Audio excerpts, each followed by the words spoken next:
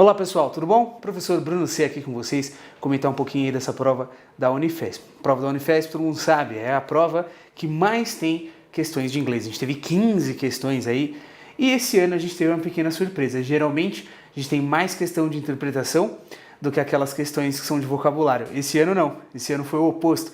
Não por muito, mas a gente teve questão de vocabulário sendo a maioria aí. Não foram questões fáceis. Geralmente eles pedem aquele modal verb ali pedindo uma indicação da função. E apesar de a gente ter tido algumas delas sendo em cima de palavras com função específica, esse ano a gente teve muita questão em cima de expressão idiomática ou alguns substantivos muito específicos que aí você tinha que usar aquelas duas técnicas para conseguir chegar na resposta, né? Eliminação e presumindo o sentido ali pelo contexto, caso você não conhecesse alguma dessas expressões.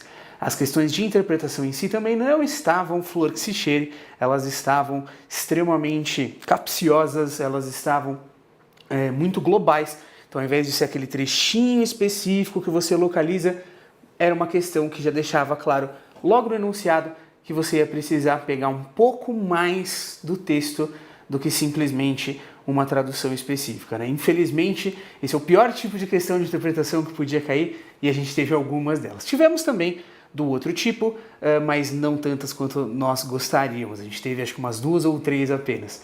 No geral, isso acabou deixando a prova difícil. Uma prova que já é longa, acabou sendo longa e difícil. A gente teve 2 textos, um curtinho com menos questões, um mais longo com um pouco mais de questões.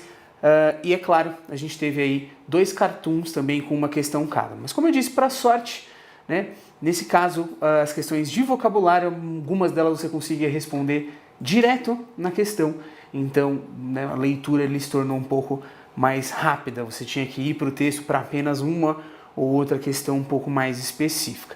Em termos de tema, a gente teve o tema bem tradicional ali, aquela ideia da saúde, só que dessa vez encarado do ponto de vista da igualdade de gênero, da ideia do enfermeiro, né, o preconceito contra o homem que vira enfermeiro, né, que seria uma profissão aí tecnicamente para mulheres, e desse estereótipo que apesar de que em outras profissões já caiu, na enfermagem ainda persiste.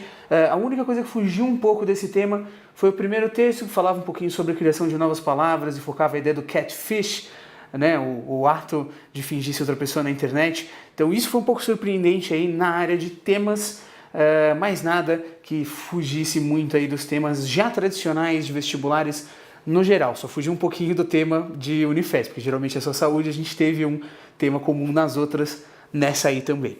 Mas fora isso, né, espero que tenha dado tudo certo e a gente se vê na próxima.